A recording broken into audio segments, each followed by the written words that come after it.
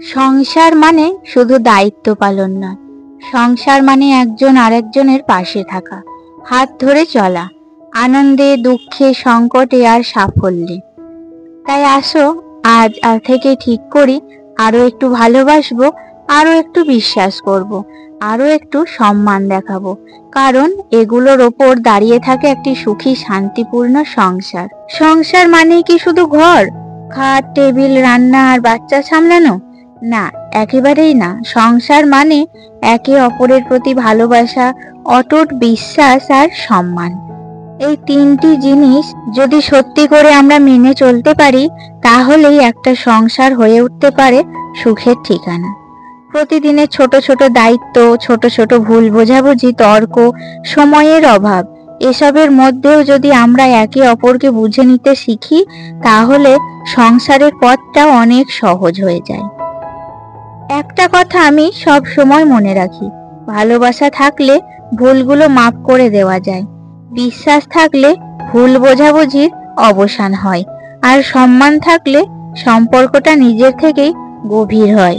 আমি যখন সংসার শুরু করেছিলাম তখন অনেক কিছু শিখতে হয়েছিল, সবকিছুই নতুন ছিল, কিন্তু একটা জিনিস সব সময় পাশে ছিল, আমার স্বামীর ভালোবাসা, বিশ্বাস আর সম্মান।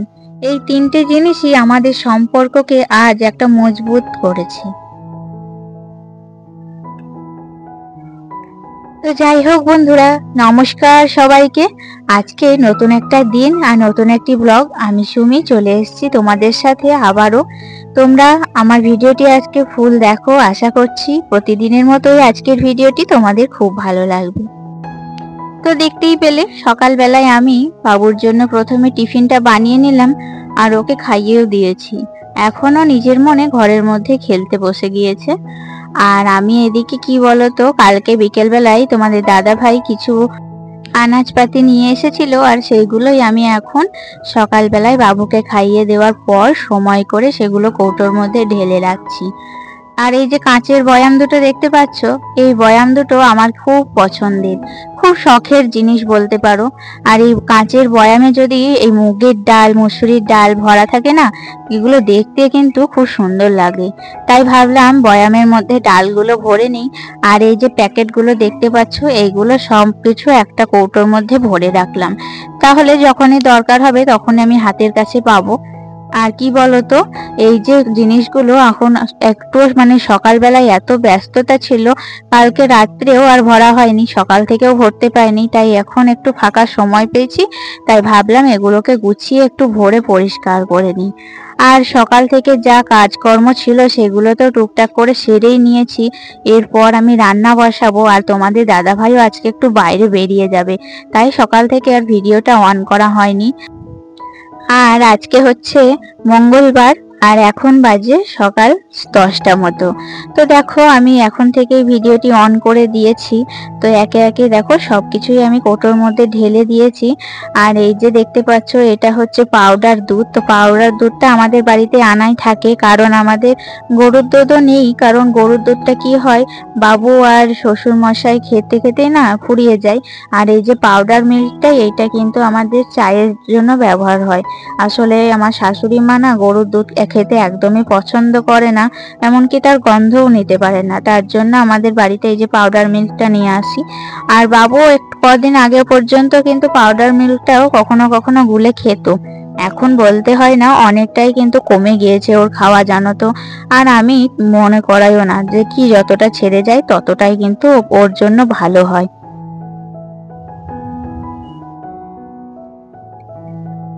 তারপর দেখো এখানে আমি সব কৌটোগুলো একটা একটা করে সাজিয়ে রাখছি।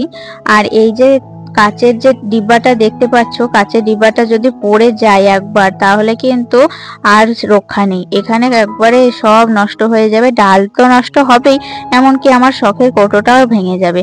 তাই ভালো করে আগে নিচেটার উপরে রেখে দিলাম কাচের বয়ামটা, তারপরে ভালো করে কাচের শোকেসটাকেও লাগিয়ে দিলাম।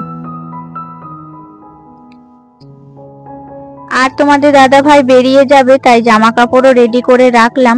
তারপরেই দেখো আমি চলে এসেছি রান্নাঘরে।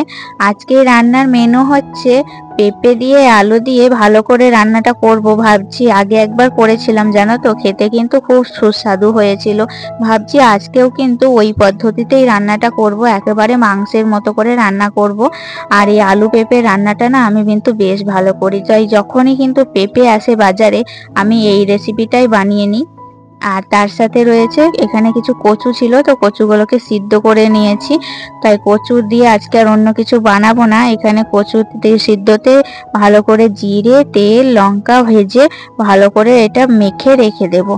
আর দেখতেই পাচ্ছ হাতে চুড়িগুলো পরাতে না কি বলবো তোমাদের, এত অসুবিধা হচ্ছে, বিভিন্ন রকম কাজ করতে খুব প্রবলেম হচ্ছে গো।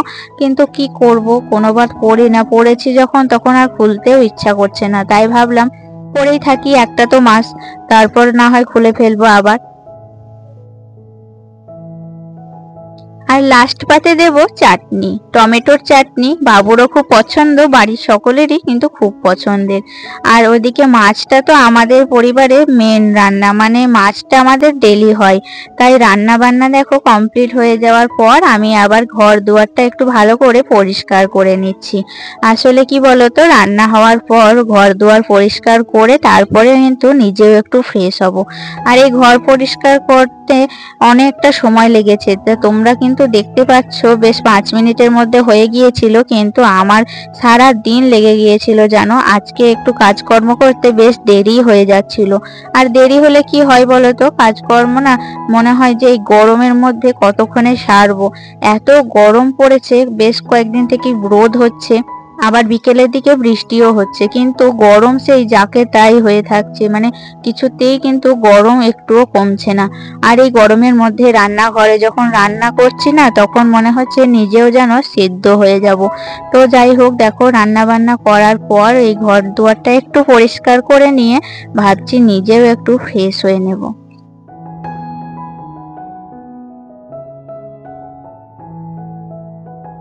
আর এখন একটা সুবিধা হয়েছে কি বলতো, বাইরে আমাদের সজনে গাছটা কেটে দেওয়ার পর এই যে পাতা পড়ার সমস্যাটা কিন্তু অনেকটাই কমে গিয়েছে।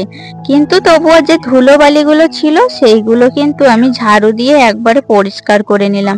পারলে দেখি সময় করে একটু মুছেও নেবো জানো তো। এই যে জায়গাটা দেখতে পাচ্ছ, এখানে কিন্তু বিকাল বেলায় বসে বেশ আড্ডা দেওয়া হয়। কিন্তু তারপরে আর কি রেস্ট নিয়ে নিয়েছিলাম, একটু দুপুরবেলায় ঘুমিয়ে পড়েছিলাম। আসলে রাত্রের দিকে অনেকটাই রাত হয়ে যায় তো ঘুমাতে, তার জন্য আবার সকাল সকাল উঠতেও হয়, ছেলের স্কুল আছে। তারপর দুপুরবেলাতেও একটু রেস্ট পায় না, দুপুরবেলাতেও ছেলেকে নিয়ে টিউশন যেতে হয়। কিন্তু আজকে দেখো, আজকে কিন্তু দুপুর থেকেই প্রচুর বৃষ্টি শুরু হয়ে গিয়েছিল, তাই ভাবলাম একটু রেস্ট নিয়ে নিই। আর যেই শুয়েছি অমনি কিন্তু চোখে কখন ঘুম চলে এসেছে বুঝতেই পারিনি।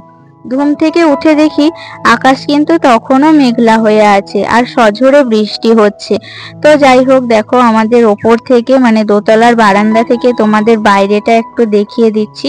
আর এই যে এখানে সজনে গাছটা নেই, তার জন্য তোমরা বাইরেটাও স্পষ্ট দেখতে পাচ্ছ। তাই হোক, দেখো এখন কিন্তু বেশ ভালো লাগছে, ফাঁকা ফাঁকা একটা ফিরফিরে হাওয়াও দিচ্ছে।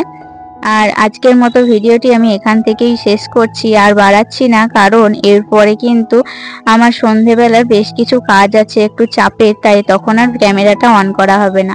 টাটা, ভালো থেকো তোমরা, সুস্থ থেকো।